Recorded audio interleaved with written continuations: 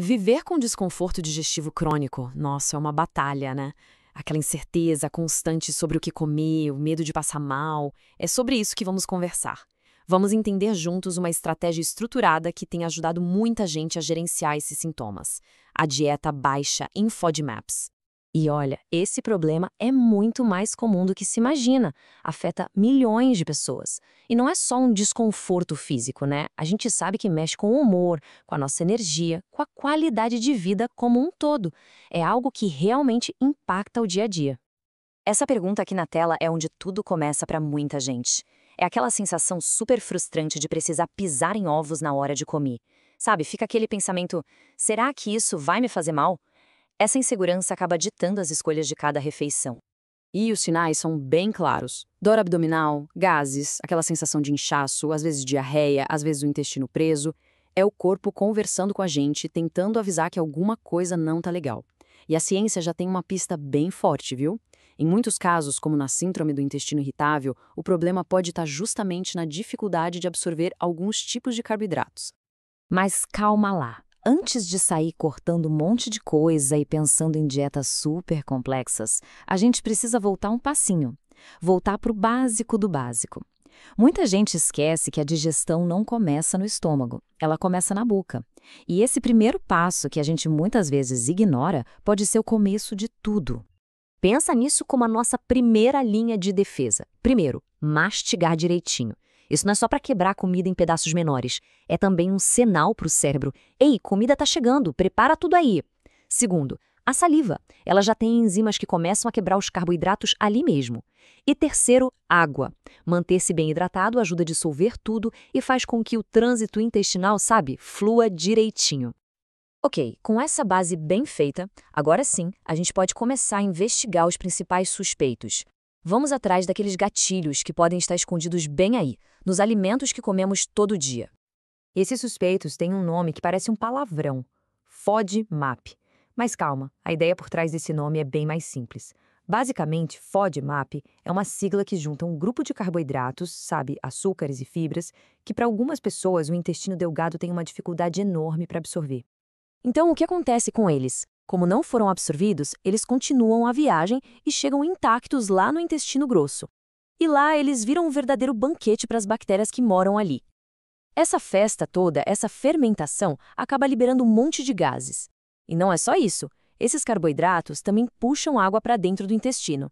Agora imagina, mais gás e mais água é a receita perfeita para o inchaço, para a dor e para toda aquela bagunça intestinal. E o mais impressionante é que esses FODMAPs estão em todo lugar, inclusive em muitos alimentos que a gente considera super saudáveis. Por exemplo, os oligosacarídeos estão no trigo, na cebola, no alho. A lactose, que é um disacarídeo, está no leite, nos iogurtes. A frutose em excesso, um monossacarídeo, na maçã, na manga, no mel. E os polióis? Eles estão no abacate, na couve-flor. A lista é gigante e mostra como é fácil a gente consumir tudo isso sem nem se dar conta. Tá bom, agora que a gente já sabe o que são os FODMAPs, o que fazer com essa informação? E aqui vem um ponto muito importante. A ideia não é sair cortando tudo e viver uma vida de restrições para sempre. Pensa nisso mais como uma ferramenta de investigação, sabe? Uma jornada mesmo, para a gente descobrir como o nosso próprio corpo funciona. E essa jornada tem um mapa dividido em 3 fases bem definidas. A primeira é a fase de eliminação. É como dar um reset no sistema digestivo. Depois vem a reintrodução, que é a parte do trabalho de detetive para a gente identificar o que realmente é um gatilho. E por último, a personalização, que é quando a gente cria uma dieta equilibrada e que funciona para a vida toda. Nessa primeira fase, a de eliminação, é realmente a mais restritiva. Mas a boa notícia é que ela é temporária, é a mais curta de todas. O objetivo aqui é simples: dar umas férias para o intestino, acalmar a situação, sabe? Diminuir os sintomas ao máximo para a gente ter uma tela em branco, uma base limpa para começar a investigar de verdade. E o foco aqui não é passar fome de jeito nenhum, é fazer trocas espertas. Por exemplo, em vez de uma maçã que é cheia de FODMAPs, que tal uma laranja? O alho e a cebola saem de cena por um tempo e entram as ervas, as especiarias. O leite de vaca pode dar lugar a um leite sem lactose. A ideia é comer diferente, não necessariamente comer menos. Aí, depois desse período de paz intestinal, começa a parte mais interessante: o trabalho de detetive. É aqui que a gente começa a reintroduzir os grupos de FODMAPs, mas com calma, um de cada vez, em pequenas quantidades. O objetivo é testar e observar. É um processo de escutar com muita atenção o que o nosso corpo tem a dizer. E com todas as pistas coletadas nesse trabalho, a gente chega na fase final, que é o grande prêmio, a personalização. Agora sim, dá para montar uma alimentação para a vida que seja variada, gostosa, nutritiva, limitando apenas aquilo que a gente descobriu que causa desconforto. E o que isso significa no final? Liberdade. Agora, preciso falar de uma coisa muito, muito séria. Tentar fazer essa jornada por conta própria pode ser bem complicado e até arriscado. Por isso, a orientação de um profissional, como um nutricionista que entende de FODMAPs, é mais do que recomendada. É praticamente indispensável para o sucesso de tudo isso. Mas por que insistir tanto nesse acompanhamento? A resposta é impressionante. Olha só esse dado. Com a ajuda de um profissional, a chance de conseguir seguir a dieta direitinho e, mais importante, de manter os benefícios a longo prazo, simplesmente dobra. Pensa nisso. O dobro de chance de sucesso. É um impacto enorme.